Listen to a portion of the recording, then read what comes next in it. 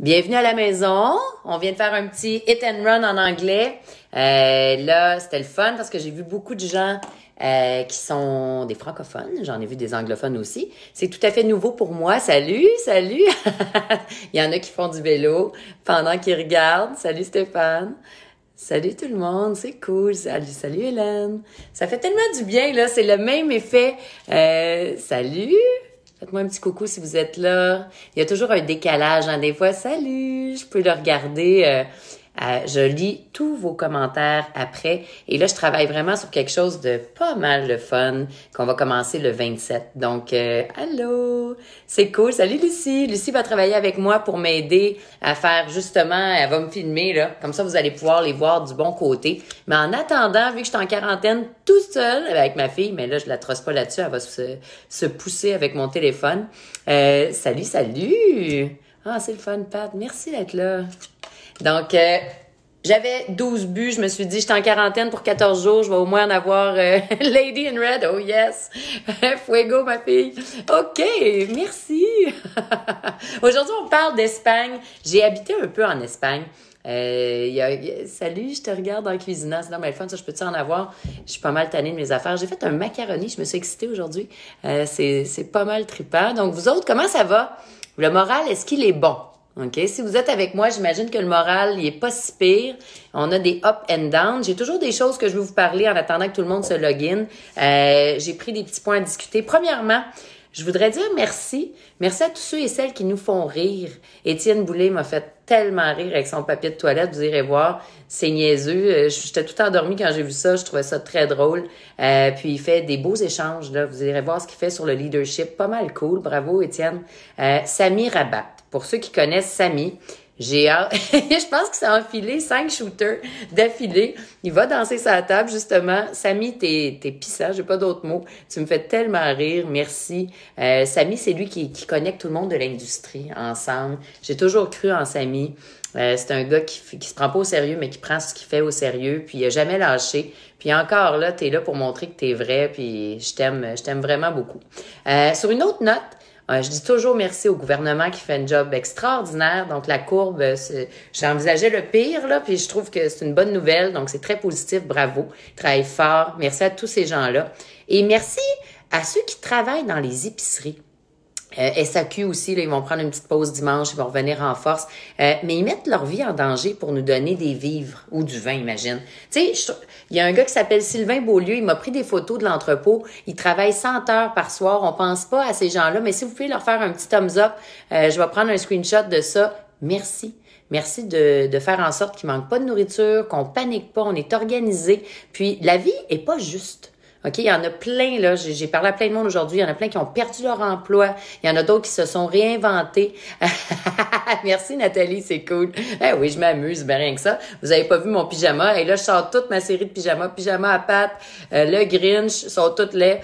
Je vais vous épargner ma série de Pidge, mais bon, le rouge est un petit peu mieux. Donc, un gros merci Sylvain et à toute la gang, que ce soit au Provigo, IGA, Métro, Costco, SAQ, je l'ai dit, mes dépanneurs, merci d'être là et de faire des heures d'extra pour nous. Puis tous ceux qui sont à bout d'être à la maison, allez sur Rencontre sportive si vous êtes célibataire. Rencontre sportive, je vais donner le petit mot de passe à la fin, je l'ai donné en anglais. Vous avez un cadeau d'Anne-Marie Lefebvre, la présidente, qui vous donne l'opportunité de pouvoir chatter gratuitement et limité. C'est le fun. Vous avez rien à perdre. Si vous avez jamais fait ça de votre vie, ben c'est le temps de le faire. Alors, c'est la journée aussi internationale de la poésie. Alors, j'ai lu un petit poème, moi. Mon père m'a amené un livre des années 1800. C'est pas mal cool. Donc, lisez donc un petit poème. Ça fait du bien. On rentre dans le vif du sujet, qui est l'Espagne, que j'adore. On va faire le jeu ensemble. Là, je vous pratique jusqu'au 27. À partir du 27, on va faire un vin mystère. Je vais toujours vous le donner le lundi pour l'avoir pour le vendredi. Ça va être en lien avec la bouffe de Cook It. Je vais faire un match parfait. Ça va vous donner des indices. Je vais vous épargner la cuisine. Là. Je vais juste vous montrer les ingrédients puis tout ça. Puis moi, ce que je veux que vous compreniez, c'est comment faire un bon accord mets et vin. Et on va toujours jouer à vin mystère et on va faire tirer 2 boîtes de jeux 20 mystères par semaine. Et puis le grand ou la grande gagnante va avoir un aérateur de Daniel Durand. Ceux qui veulent le top aérateur fait à la main, c'est commande en ligne Daniel Durand. Je vais mettre ces informations, mais ça vaut vraiment la peine. Hey, une série de cases, donc bien cool ça. Donc non seulement on va avoir du fun, on va s'éduquer, mais ça va être un rendez-vous ensemble pour être live. J'ai réalisé que autant on était séparés, j'ai jamais été autant connecté directement avec vous. Puis salut Guillaume, yes! Hey, on est-tu samedi? On est samedi! Caroline, je vais sortir des chips, je vais m'exciter. Donc, merci d'être là. Il y en a, j'en ai vu une gang qui ont pu sortir puis qui ont eu le vin. C'est tripant au maximum. Et si vous n'avez pas le vin, c'est pas grave. Suivez les étapes. Alors là, je vous présente le verre de rouge de la journée ou de la soirée ou whatever. C'est le but Tempranillo. Tempranillo, j'adore ce cépage-là. C'est un cépage plus masculin. Quand je parle de féminin masculin, là, prenez-le pas sexiste. T'as des hommes qui sont plus féminins, des femmes plus masculines. Mais on va dire un gars poilu, là. Quand je parle de masculin épicé, OK? Et puis, quand je parle de féminin, ça veut dire plus en douceur, soyeux, tout ça. C'est des termes qu'on utilise souvent en sommellerie, mais prenez-le pas, là. Important de prendre soin de soi, de notre maladie mentale. Mais, moi, la maladie mentale, c'est l'heure de l'apéro, mais il faut prendre soin de nous.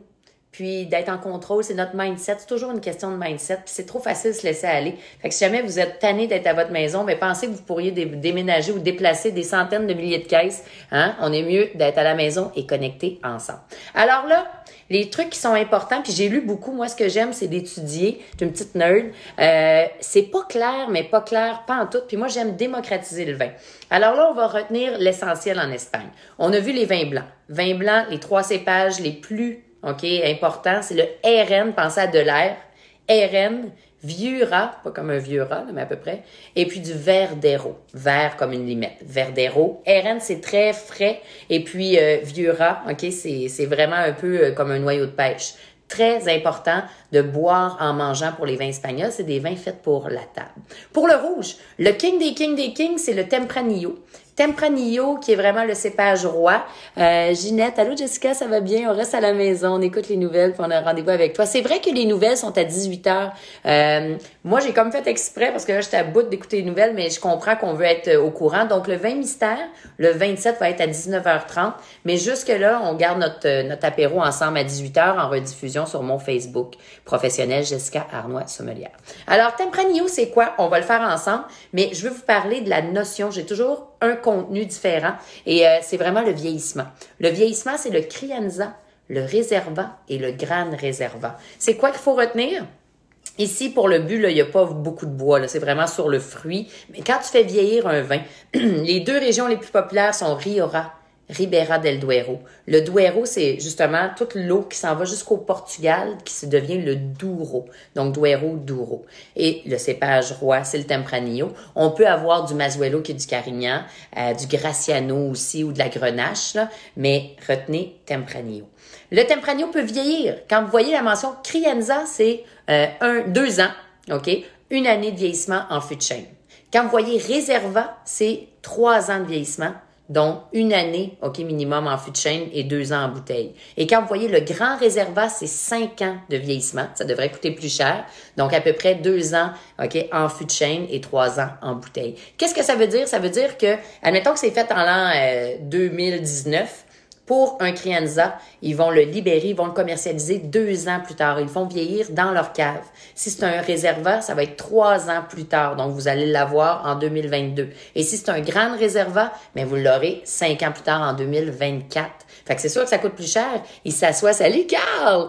Carl, il y a des belles bouteilles. Moi, j'aimerais ça être en quarantaine dans ton cellier, mon Carl. Ça serait cool, ça. Alors, parfait. On est prêt. C'est l'heure de la dégustation. Évidemment, je vous demande de voter juste pour pratiquer la mécanique et moi, je peux compter les points après. Ça va compter quand on va donner justement les vins mystères. Même si vous n'avez pas de vin dans votre verre, on s'en balance tout le temps parce que vous pouvez me suivre pour le visuel. Vous allez remarquer que le visuel donne énormément d'indices. Salut Alex! OK. Donc, Marie, Guillaume, Jean, mon Dieu, c'est bien le fun. Là, on est à peu près une centaine en même temps, un petit peu plus que ça. Parce que là, j'ai 2 plateformes, là. Ouais, on est plus que ça, mais ça va jusqu'à des milliers de personnes parce qu'à 6 heures, là, surtout un samedi, c'est pas tout le monde qui est là, hein, pris dans sa maison comme moi. Donc, la première chose qu'on fait, le visuel. Le visuel nous indique 2 choses, son âge et sa stature, s'il est puissant ou mince. Pour les vins de Tempranillo, là, c'est de la misère à vous le montrer. Mais d'habitude, c'est toujours en angle, OK? 45 degrés sur une surface blanche. Sur le rebord du verre, c'est normal d'avoir une décoloration transparente. Mais si c'est comme un genre de jus de pruneau, OK? Ambré, grenat, même si vous le voyez à l'envers, là, je vous le montre, OK? Comme une pomme grenade. Ça veut dire qu'il y a un certain vieillissement. Là, dans ce cas-ci, il n'y a pas une grande décoloration. Le vin, il est jeune. Pour la coloration de la robe, ce n'est pas le plus pâle qu'on a vu, OK? Ça ressemble pas à une petite fraise, ça. C'est ni le plus foncé, on est en plein centre, même si ça a des fruits un peu noirs. Donc, on va hésiter entre deux. On a éliminé cerise et on a éliminé grenat. Donc, c'est pas vieux, c'est pas orangé, on l'enlève.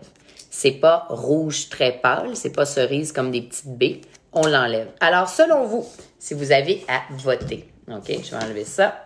Est-ce que pour vous, Véronique, est-ce que tu vas aborder les vins de garde? Comment on sait que ces derniers sont prêts? Oui, je vais le faire tout de suite. Avant de commencer, parce que c'est une excellente question, vu que j'ai parlé de Crianza, Grande Reserva et Reserva, ils sont déjà vieillis pour vous. Mais je parlais de Carl avec sa super cave, là, Carl du Chasse-Galerie, qui est un tripeux de vin. Les vins de garde, là, je vais prendre une bouteille, OK? Je l'avais ouverte, là, mais mettons que vous avez je sais pas moi, un cellier ou sinon un lieu où il n'y a pas de lumière et où il fait frais, mais que c'est humide, vous couchez votre bouteille, OK, comme ça, l'étiquette vers le haut pour que l'ali, les dépôts, se couchent sur le dos. On veut être sûr que le bouchon est humecté pour pas qu'il soit trop sèche, OK, ou trop mou. S'il commence à suinter, c'est vraiment pas un bon signe, ça veut dire que le liquide sort, donc l'air peut rentrer. Ça, c'est la première chose. Si le niveau, là j'en ai pris dedans, mais si le niveau commence à baisser, OK, admettons comme ça, mais un petit peu plus, là, mettons, on a des niveaux A, B, C. Dès que le liquide commence à descendre, c'est qu'il y a un échange d'air, vous pouvez faire reboucher votre bouteille, comme Penfold le fait, ou vraiment, ayez toujours minimalement 3 bouteilles du même vin si vous voulez le faire vieillir pour voir son stage, OK, son évolution. Je vais prendre un grand vin de Bordeaux, par exemple. Si vous le goûtez en jeunesse, et puis qu'il est super, il est bon, il est fermé, il devrait vivre 5 ans. On donne à peu près une moyenne d'âge de 5 ans. Après 5 ans, tu l'ouvres. Là, c'est comme un adolescent. Des journées, il va être bon, des journées, il est moins bon, dans le sens où il peut être fermé. Si tout est à bonne place, par exemple, et que tu vois qu'il n'a pas perdu de son fruit, là, qui est encore vivant en bouche, qui goûte pas la petite bête morte, là, ça veut dire que tu peux le laisser vieillir. Ou fais-le aérer, d'accord? Ça veut dire qu'il n'était pas encore prêt à être bu. Fait que s'il est top, tu le laisses coucher encore 5 à 10 ans. Et puis, si vous prenez une bouteille de vin, mais vous en avez d'autres au cellier, puis elle est pas bonne, elle commence à être oxydée. J'avais plein de Châteauneuf-du-Pape, moi, 2003, une année caniculaire chaude. Ils étaient fanés, là, c'était fini. Donc, faites bien attention à ça. Fait que le truc pour savoir s'ils sont prêts, un grand millésime, un grand producteur, la parfaite condition pour les faire vieillir. Ça, c'est les 3 règles de base. Minimum 3 bouteilles, puis vous les testez pour voir comment ils évoluent. Et puis, ceux qui disent, ah ben non, il est bon mon vin, là, mais que ça goûte pas bon, ben dites, comprenez que c'est une émotion qui est en train de boire et puis allez pitcher ça dans le lavabo, c'est plus bon. Alors, j'espère que j'ai bien répondu à la question. Je vais l'écrire aussi. Ah, Yann! Salut! Donc là, à vos marques préparées, je vais vous demander de voter. Si vous aimez les capsules aussi, faites un petit, je sais pas trop comment ça marche, un cœur et repartagez pour qu'il y ait le plus de monde qui peuvent se préparer parce qu'il y a plein de monde qui savent pas qu'il y a des cours, toute la gang en ligne. Fait que si vous aimez le vin, d'habitude, votre gang aime le vin. Salut Isabelle! Alors, ça va être une belle communauté qu'on va avoir. Ça, c'était les 2 qui étaient pas bons. Bon, je vous donne, on part! On a un petit 5 minutes de jeu. Alors, pour vous, est-ce que ce vin-là, c'est le plus foncé que vous avez vu de votre vie? V. OK? Ou est-ce qu'il est foncé, mais il est moyennement foncé, donc rubis? Fait que là, copiez entre vous. Est-ce que c'est R, rubis? Merci, c'est gentil. Je fais ça parce que je m'amuse avec vous. Ou V, violacé. Alors, V ou R. Oubliez pas que pour voir si le vin il est foncé, si je vois mon doigt, comme là je le vois à moitié, ça donne un indice. Alors pour vous, est-ce que c'est bleuté, rubis? Rubis, on est en plein centre, moyen. Ou est-ce que c'est violacé? Alors là, je vois R, R, V, V. Si vous mettez de l'argent là-dessus, là, ce serait lequel? V. On s'entend qu'on n'était pas dans le plus pâle, donc on n'ira pas faire des trucs de bouffe trop légers. RRV, c'est très... OK, vous n'êtes pas sûr, d'accord? C'est normal parce qu'il y en a qui n'ont pas le vin à la maison, donc c'est difficile de voir. Ça a l'air très foncé quand on le regarde debout. C'est pour ça qu'on penche toujours notre verre en angle de 45 degrés. Et moi, je mets mon doigt pour voir si je le vois. Et là, je vous le dis, je le vois à moitié. Alors, la bonne réponse, j'aurais donné... C'est sûr que c'est des vins qui sont un peu plus violacés, mais la bonne réponse, c'est rubis, parce que c'est pas le plus foncé pour ça. Tu vas avoir des Tempranillo plus foncés en jeunesse, puis tu vas en avoir vraiment des orangés. Mais lui, en ce moment, il est rubis. Donc, on parle de bleuet, on est dans ces eaux-là. Ensuite, fait un point si vous avez rubis. Si vous avez marqué violacé, partez pas à pleurer, là, il n'y a pas de stress. C'est vrai que ça a l'air violacé comme ça. C'est les deux, là, OK? Fait qu'on est dans du rubis vers des reflets violacés. Mais je donne un point sur rubis. Maintenant, au nez, on va regarder, on a vu le visuel. Une fois qu'on a regardé la robe, on regarde toujours les jambes. Les jambes, la cuisse ou les larmes. C'est ce qui colle sur la paroi du verre. Là, je vois, et je le vois à l'écran, OK?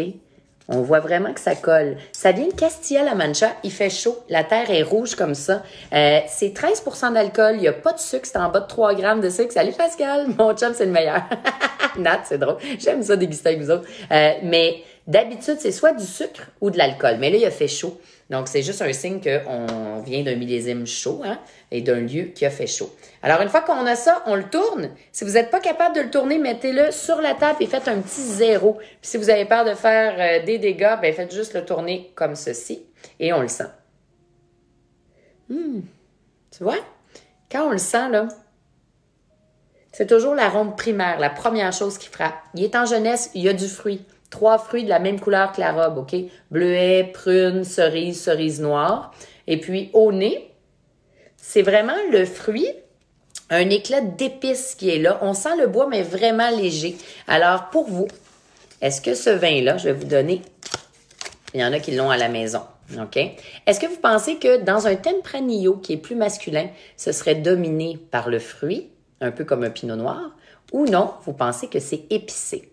Et si vous le voyez à l'envers, là, c'est pas grave.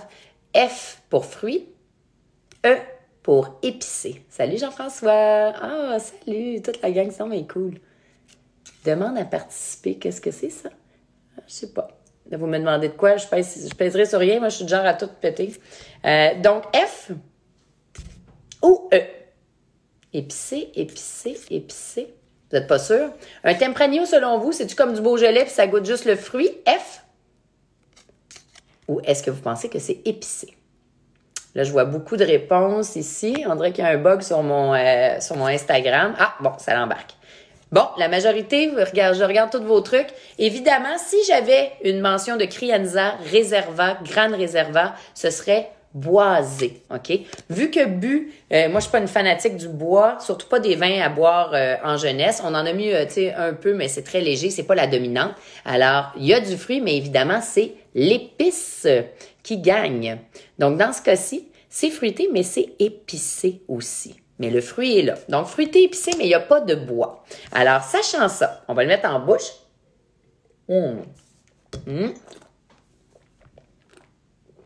Il nous reste 2 petites étapes. C'est beau, hein?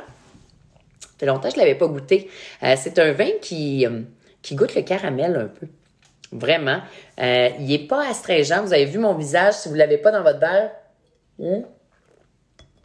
je grimace pas. Ça passe très bien. C'est pas, j'appelle ça des vins guidounes. C'est pas des vins qui sont maquillés, pas du tout. Tu sais, les vins, là, des fois, du Nouveau Monde, là, qui a gros du caramel, gros du bois, gros de tout. C'est comme une belle fille, mais qui se maquille trop, c'est plate. Moi, j'aime ça quand c'est naturel, puis qu'on peut voir la beauté du fruit. On le goûte. Ça goûte un peu la cerise, mais terreuse. C'est granuleux sur la langue. C'est épicé. C'est vraiment très bon, mais pas corsé. Donc, j'enlève le corsé dans les choix. Alors, selon vous, est-ce que ce vin-là, on est avec un Tempranillo d'Espagne. Est-ce que vous pensez que c'est très souple, facile? Il faut faire attention avec souple, parce que des fois, avec les pastilles, ça nous trompe. Mais est-ce que vous pensez que c'est souple? Ou est-ce qu'il y a quand même, OK, une sensation sur la langue, c'est mi-corsé? Est-ce qu'un pinot